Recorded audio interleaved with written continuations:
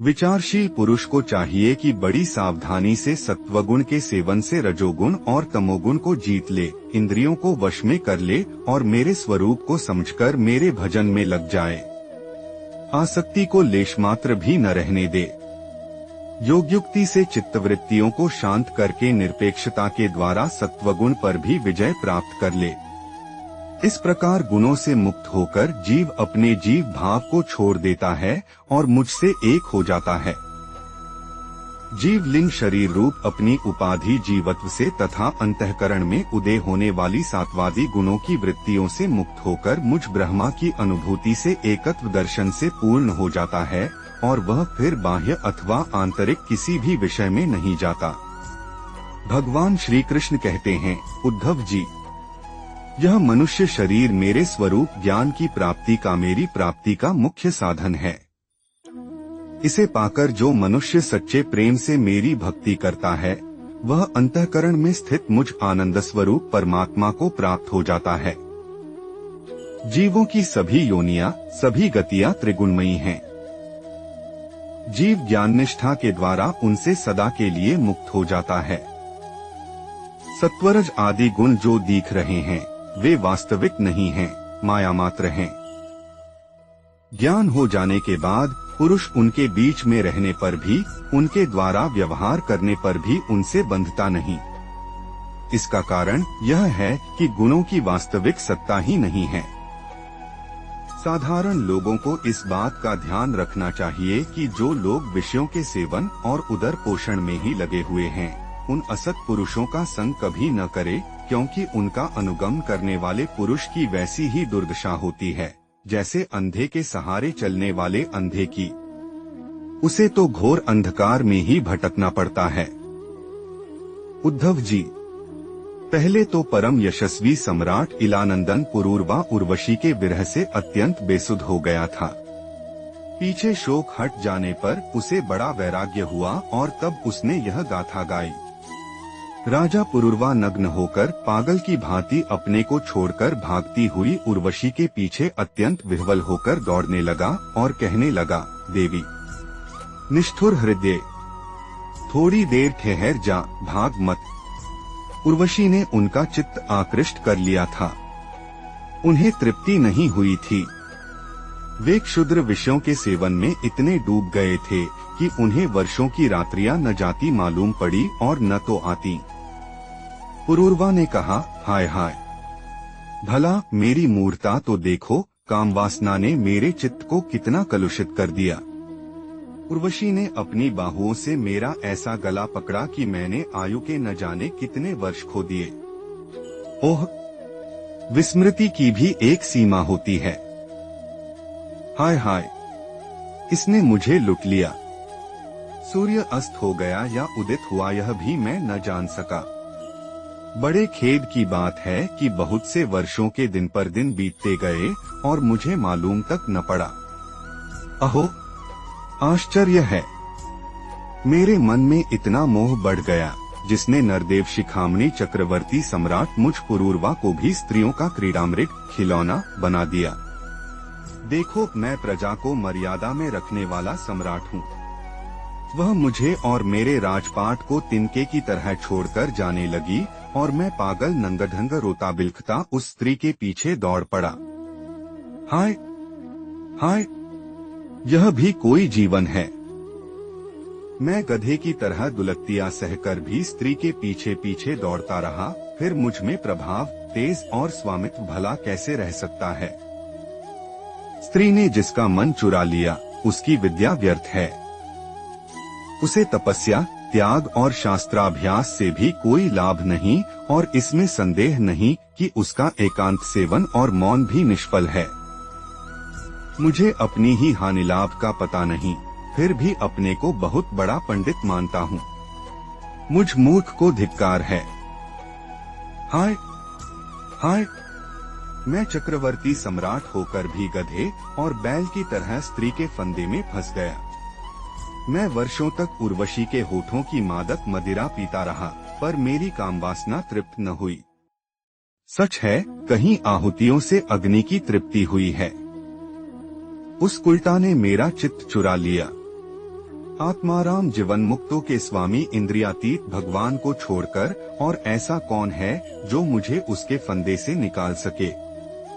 उर्वशी ने तो मुझे वैदिक सूक्त के वचनों द्वारा यथार्थ बात कहकर समझाया भी था, परंतु मेरी बुद्धि ऐसी मारी गई कि मेरे मन का वह भयंकर मोह तब भी मिटा नहीं।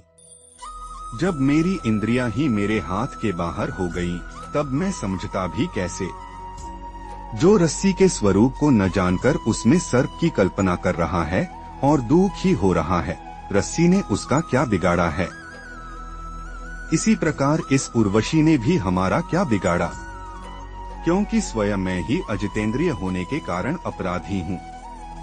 कहाँ तो यह मैला कुचैला दुर्गंध से भरा अपवित्र शरीर और कहाँ सुकुमारता, पवित्रता, सुगंध आदि पुष्पोचित गुण, परंतु मैंने अज्ञानवश असुंदर में सुंदर का आरोप कर लिया। यह शरीर माता पिता का सर्वस्व है अथवा पत्नी की संपत्ति। यह स्वामी की मोल ली हुई वस्तु है, आग का ईंधन है अथवा कुत्ते और गीधों का भोजन। इसे अपना कहें अथवा सुहृद संबंधियों का। बहुत सोचने विचारने पर भी कोई निश्चय नहीं होता। यह शरीर मलमूत्र से भरा हुआ अत्यंत अपवित्र है। इसका अंत यही है कि पक्षी खाकर विष्ठा कर दें, इसके सड़ जाने पर इसमें कीड़े पड़ जाएं अथवा जला देने पर यह राख का ढेर हो जाए। ऐसे शरीर पर लोग लट्टू हो जाते हैं और कहने लगते हैं, अहो इस स्त्री का मुखड़ा कितना सुंदर है, नाक कितनी सुघड़ है और मंद मंद मुस्कान कितनी मनोहर है। यह शरीर त्वचा, मांस, रुधिर, स्नायु, मेदा, मज्जा और हड्डियों का ढेर और मलमूत्र तथा पीप से भरा हुआ है। यदि मनुष्य इसमें रमता है तो मलमूत्र के कीड़ों और उसमें अंतर ही क्या है। इसलिए अपनी भलाई समझने वाले विवेकी मनुष्य को चाहिए कि स्त्रियों और स्त्रीलंपट पुरुषों का संग न करे। विषय और इंद्रियों के संयोग से ही मन में विकार होता है, अन्यथा विकार का कोई अवसर ही नहीं है। जो वस्तु कभी देखी या सुनी नहीं गई है, उसके लिए मन में विकार नहीं होता। जो लोग विषयों के साथ इंद्रियों का संयोग नहीं होने देते, उनका मन अपने आप निश्चल होकर शांत हो जाता है। आंख, वाणी, कान और मन आदि इंद्रियों से स्त्रियों और स्त्रीलंपटों का संग कभी नहीं करना चाहिए। मेरे जैसे लोगों की तो बात ही क्या, बड़े बड़े विद्वानों के लिए भी अपनी इंद्रियां और मन विश्वसनीय नहीं हैं। भगवान श्री कृष्ण कहते हैं, उद्धव जी, राजराजेश्वर पुरूरवा के मन में जब इस तरह के उद्गार उठने लगे, तब उसने उर्वशी लोक का परित्याग कर दिया। अब ज्ञानोदय होने के कारण उसका मोह जाता रहा और उसने अपने हृदय में ही आत्मस्वरूप से मेरा साक्षात्कार कर लिया और वह शांत भाव में स्थित हो गया। इसलिए बुद्धिमान पुरुष को चाहिए कि पुरूरवा की भांति कुसंग छोड़कर सत्पुरुषों का संग करे। संत पुरुष अपने सदुपदेशों से उसके मन की आसक्ति नष्ट कर देंगे। संत पुरुषों का लक्षण यह है कि उन्हें कभी किसी वस्तु की अपेक्षा नहीं होती। उनका चित्त मुझ में लगा रहता है। उनके हृदय में शांति का अगाध समुद्र लहराता रहता है। वे सदा सर्वदा सर्वत्र सब में सब रूप से स्थित भगवान का ही दर्शन करते हैं। उनमें अहंकार का लेश भी नहीं होता, फिर ममता की तो संभावना ही कहाँ है। वे सर्दी गर्मी, सुख दुख आदि द्वंद्वों में एक रस रहते हैं तथा बौद्धिक, मानसिक, शारीरिक और पदार्थ संबंधी किसी प्रकार का भी परिग्रह नहीं रखते। परम भाग्यवान उद्धव जी, संतों के सौभाग्य की महिमा कौन कहे। उनके पास सदा सर्वदा मेरी लीलाकथाएं हुआ करती हैं। मेरी कथाएं मनुष्यों के लिए परम हितकर हैं। जो उनका सेवन करते हैं, उसके सारे पाप तापों को वे धो डालती हैं। जो लोग आदर और श्रद्धा से मेरी लीलाकथाओं का श्रवण, गान और अनुमोदन करते हैं, वे मेरे परायण हो जाते हैं और मेरी अनन्य प्रेममयी भक्ति प्राप्त कर लेते हैं। उद्धव जी, मैं अनंत अचिंत्य कल्याणमय गुण गणों का आश्रय हूँ। मेरा स्वरूप है केवल आनंद, केवल अनुभव, विशुद्ध आत्मा। मैं साक्षात परब्रह्म हूँ। जिसे मेरी भक्ति मिल गई, वह तो संत हो गया। अब उसे कुछ भी पाना शेष नहीं है। उनकी तो बात ही क्या, जिसने उन संत पुरुषों की शरण ग्रहण कर ली उसकी भी कर्मजड़ता, संसार भय और अज्ञान आदि सर्वथा निवृत्त हो जाते हैं। भला जिसने अग्नि भगवान का आश्रय ले लिया उसे शीत, भय अथवा अंधकार का दुहक हो सकता है। जो इस घोर संसार सागर में डूब उतरा रहे हैं उसके लिए ब्रह्मवेत्ता और शांत संत ही एकमात्र आश्रय है। जैसे जल में डूब रहे लोगों के लिए दृढ़ नौका, जैसे अन्न से प्राणियों के प्राण की रक्षा होती है, जैसे मैं ही दीन दुखियों का परम रक्षक हूँ, जैसे मनुष्य के लिए परलोक में धर्म ही एकमात्र पूंजी है, वैसे ही जो लोग संसार से भयभीत हैं उनके लिए संतजन ही परम आश्रय हैं। जैसे सूर्य आकाश में उदय होकर लोगों को जगत तथा अपने को देखने के लिए नेत्रदान करता है, वैसे ही संत पुरुष अपने को तथा भगवान को देखने के लिए अंतर्दृष्टि देते हैं। संत अनुग्रहशील देवता हैं। संत अपने हितैषी सुहृद हैं। संत अपने प्रियतम आत्मा हैं। और अधिक क्या कहूँ, स्वयं मैं ही संत के रूप में विद्यमान हूँ। प्रिय उद्धव, आत्म साक्षात्कार होते ही इलानंदन पुरूरवा को उर्वशी के लोक की स्पृहा न रही। उसकी सारी आसक्तियां मिट गईं और वह आत्माराम होकर स्वच्छंद रूप से इस पृथ्वी पर विचरण करने लगा। क्रिया योग का वर्णन। उद्धव जी ने पूछा, भक्तवत्सल श्री कृष्ण, जिस क्रिया योग का आश्रय लेकर जो भक्तजन जिस प्रकार से जिस उद्देश्य से आपकी अर्चा पूजा करते हैं, आप अपने उस आराधना रूप क्रिया योग का वर्णन कीजिए। देवर्षि नारद, भगवान व्यासदेव और आचार्य बृहस्पति आदि बड़े बड़े ऋषि मुनि यह बात बार बार कहते हैं कि क्रिया योग के द्वारा आपकी आराधना ही मनुष्यों के परम कल्याण की साधना है। यह क्रिया योग पहले फल आपके मुखारविंद से ही निकला था। आपसे ही ग्रहण करके इसे ब्रह्मा जी ने अपने पुत्र भृगु आदि महर्षियों को और भगवान शंकर ने अपनी अर्धांगिनी भगवती पार्वती जी को उपदेश किया था। मर्यादा रक्षक प्रभो, यह क्रिया योग ब्राह्मण क्षत्रिय आदि वर्णों और ब्रह्मचारी गृहस्थ आदि आश्रमों के लिए भी परम कल्याणकारी है। मैं तो ऐसा समझता हूँ कि स्त्री शूद्रादि के लिए भी यही सबसे श्रेष्ठ साधना पद्धति है। कमलनयन श्याम सुंदर, आप शंकर आदि जगदीश्वरों के भी ईश्वर हैं और मैं आपके चरणों का प्रेमी भक्त हूँ। आप कृपा करके मुझे यह कर्म बंधन से मुक्त करने वाली विधि बतलाइए।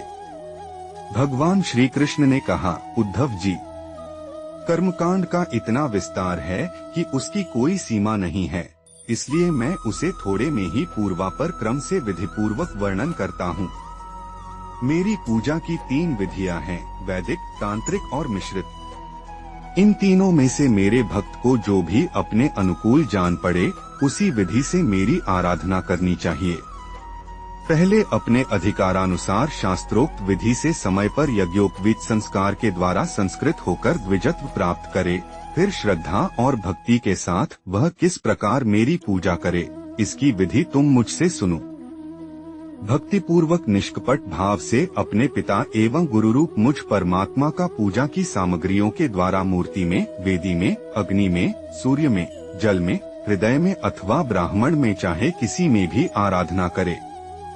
उपासक को चाहिए कि प्रातःकाल दातुन करके पहले शरीर शुद्धि के लिए स्नान करे और फिर वैदिक और तांत्रिक दोनों प्रकार के मंत्रों से मिट्टी और भस्म आदि का लेप करके पुनः स्नान करे।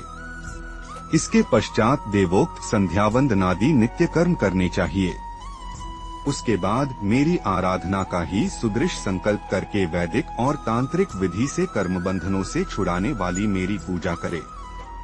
मेरी मूर्ति 8 प्रकार की होती है, पत्थर की, लकड़ी की, धातु की, मिट्टी और चंदन आदि की, चित्रमयी, बालुकामयी, मनोमयी और मणिमयी। चल और अचल भेद से 2 प्रकार की प्रतिमा ही मुझ भगवान का मंदिर है। उद्धव जी, अचल प्रतिमा के पूजन में प्रतिदिन आवाहन और विसर्जन नहीं करना चाहिए। चल प्रतिमा के संबंध में विकल्प है, चाहे करे और चाहे न करे। परंतु बालुकामी प्रतिमा में तो आवाहन और विसर्जन प्रतिदिन करना ही चाहिए। मिट्टी और चंदन की तथा चित्रमयी प्रतिमाओं को स्नान न करावे, केवल मार्जन कर दे, परंतु और सबको स्नान कराना चाहिए। प्रसिद्ध पदार्थों से प्रतिमा आदि में मेरी पूजा की जाती है, परंतु जो निष्काम भक्त हैं, वह अनायास प्राप्त पदार्थों से और भावना मात्र से ही हृदय में मेरी पूजा कर ले। उद्धव जी, स्नान, वस्त्र, आभूषण आदि तो पाषाण अथवा धातु की प्रतिमा के पूजन में ही उपयोगी हैं। बालुकामी मूर्ति अथवा मिट्टी की वेदी में पूजा करनी हो तो उसमें मंत्रों के द्वारा अंग और उसके प्रधान देवताओं की यथास्थान पूजा करनी चाहिए तथा अग्नि में पूजा करनी हो तो घृत मिश्रित हवन सामग्रियों से आहुति देनी चाहिए। सूर्य को प्रतीक मानकर की जाने वाली उपासना में मुख्यतः अर्घ्यदान एवं उपस्थान ही प्रिय है और जल में तर्पण आदि से मेरी उपासना करनी चाहिए। जब मुझे कोई भक्त हार्दिक श्रद्धा से जल भी चढ़ाता है, तब मैं उसे बड़े प्रेम से स्वीकार करता हूँ। यदि कोई अभक्त मुझे बहुत सी सामग्री निवेदन करे तो भी मैं उससे संतुष्ट नहीं होता।